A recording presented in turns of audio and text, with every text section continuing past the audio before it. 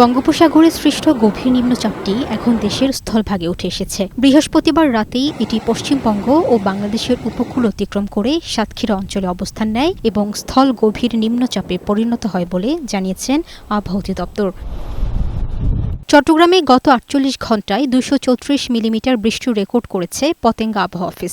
ভারী বৃষ্টিতে তলিয়ে গেছে নগরীর বিভিন্ন নিচু এলাকা ও বিভিন্ন উপজেলার নিম্নাঞ্চল। সাগর উত্তাল থাকায় বন্ধ হয়ে গেছে বহির্নোঙরে বড় জাহাজ থেকে ছোট জাহাজে পণ্য খালাস। তবে বন্দরের জেটি, ইয়ার্ড, টার্মিনাল ও অফ ডকগুলোর আমদানি রপ্তানি কার্যক্রম চলছে। ঝালকাঠির কাঠালিয়া উপজেলার লঞ্চঘাটসহ বড় কাঠালিয়া, শৌলজালিয়া, আওড়াবুনিয়া, চিংড়িখালী এলাকার প্রায় ৫ কিলোমিটার এলাকার আংশিক ভেঙে গেছে। হুমকির মুখে রয়েছে এ সকল এলাকার মানুষের ঘরবাড়ি ও ফসল। ভারী বৃষ্টি ও জোয়ারে সুগন্ধা বিষখালী নদীর পানি স্বাভাবিকের চেয়ে ২ থেকে ৩ ফুট বৃদ্ধি পেয়েছে।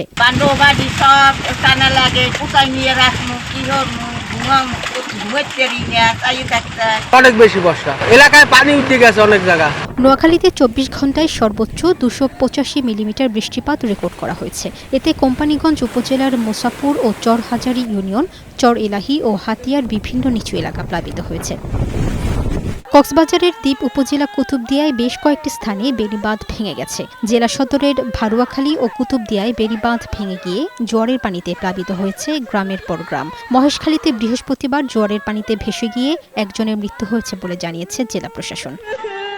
প্রবালদ্বীপ সেন্ট মার্টিনেও জোয়ারের পানিতে ভাঙন শুরু হয়েছে। স্বাভাবিকের চেয়ে ৪ থেকে ৫ ফুট উচ্চতায় জোয়ারের পানি প্রবাহিত হয়ে দ্বীপের চারপাশে ভাঙন দেখা দিয়েছে। পানি লোকালয়ে ঢুকে অন্তত অর্ধশতাধিক ঘরবাড়ি তলিয়ে গেছে।